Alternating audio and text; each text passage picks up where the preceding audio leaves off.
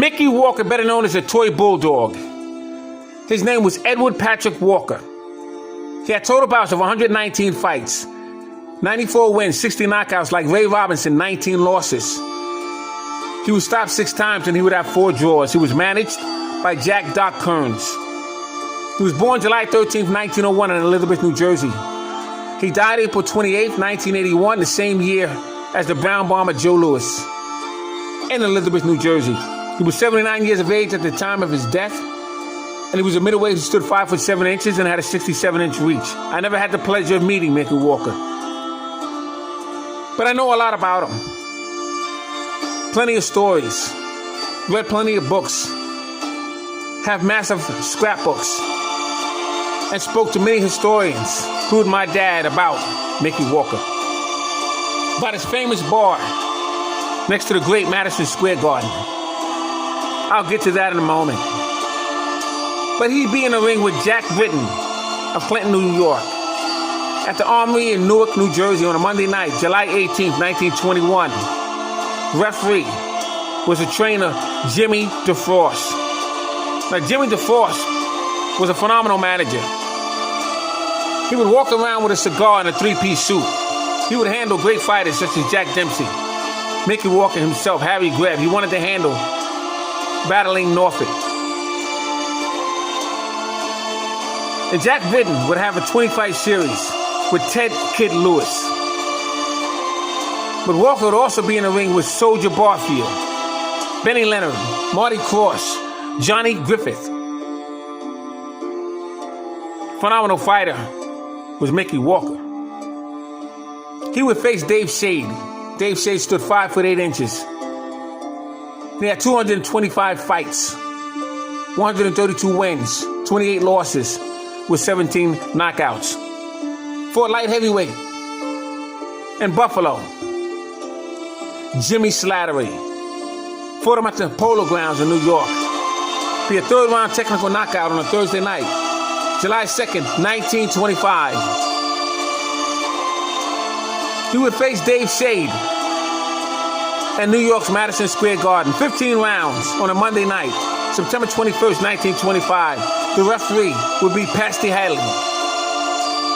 The upside of the night would be between Kid Norfolk, and he would lose to Frank Moody. Frank Moody had a total bout career of 203 fights, 155 wins, 55 losses, with 65 knockouts. Battling Norfolk had total bout career of 118, 86 wins, 48 knockouts, with 25 losses. And the reason why that was an upset is because battling Norfolk would be in a ring with fighters such as Joe Jeanette, Jeff Clark, Jamaica Kid, Billy Misk, Cleve Hawkins, Clem Johnson, Sam McVeigh, just to name a few. He would defeat Jeff Clark.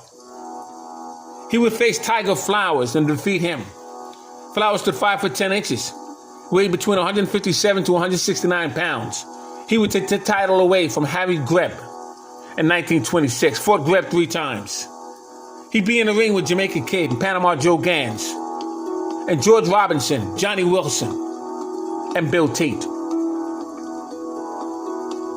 Battling Norfolk would be in the ring with Harry Greb, stood 5 foot 8 inches and weighed 142 to 173 pounds. And Harry Greb would face Gene Tunney 5 times, defeat him once, with 3 controversial losses. He'd be in the ring with battling Levinsky and Billy Misk, Ed Gumbo Smith, Mickey Walker, battling Rosenblum, Sam Langford, Tommy Gibbons, Bob Moha, Jeff Clark. Phenomenal. He would also face fighters such as battling Siki. Siki would take the title away from George Compartier, light heavyweight division. He would lose to Mike Mateague. He would also be in the ring with color champion Lee Anderson. Kid Norfolk was some fighter. And that's why that was an upset of the night. Mickey Walker would also face Nady Brown in Philadelphia. Get a draw with him. October 24th, 1934. You see, Nady Brown was a Joe Louis opponent. Walker would be in the ring with young Corbett III. He had 105 fights, 9 losses, 21 by the knockout route. He would face Maxie Rosenblum, 176 at the time. Victories, 35 knockouts. I believe it was 23 losses. He'd be in the ring with Max Schmeling, Madison Square Garden. It's a Long Island Bowl. And he'd be knocked out by Max Schmeling.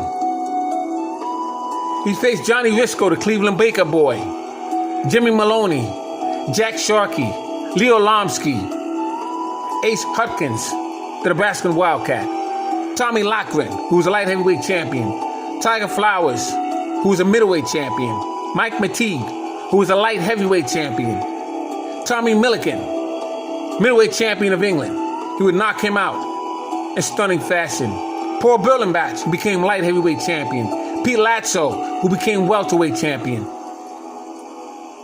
Sailor Freeman and Lefty Cooper, Jock Malone, Ace Hutkins, Arnold Emong, Paul Swiderski, Johnny Risco, Babe Cartwright, Joe Gorman, Paul Pierron. I'm just naming these guys at the top of my head, but I can tell you these are some of the greatest fighters of his time. And Mickey Walker was an exceptional fighter. He would defeat middleweight, first black fighter to win a middleweight champion, Tiger Flowers, in front of 11,000 spectators, December 3rd, 1926. And Flowers would be staggered in the 9th round. However, the crowd would boo because they felt that Tiger Flowers had defeated Mickey Walker. You see, Mickey Walker had ties to the mob. Jack Kearns did a lot of business with Al Capone. And although Mickey Walker was an outstanding fighter, phenomenal middleweight and welterweight champion, but there are some questions on some of the victories that he would hold. When he defeated Tommy Milliken, knocked him out in the 10th round, that was an outstanding victory. Jock Lamone, 10 rounds. Now, he'd be in the ring with Bobby Green. There was 2 Bobby Greens. He had Bobby Green out of Philadelphia, who was a featherweight. He had a career record of 71 total bouts, 36 wins with 19 losses. I knew him personally.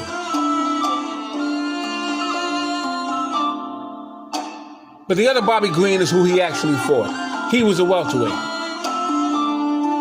September 30th, 1898 was when he was born. San Antonio, Texas. And he resided out of Nashville, Tennessee. And he would defeat that Bobby Green. But Bobby Green gave him quite a tussle. But he showed me the kind of fighter he was when I read about how he defeated Bobby Green. And after the 1925 bout,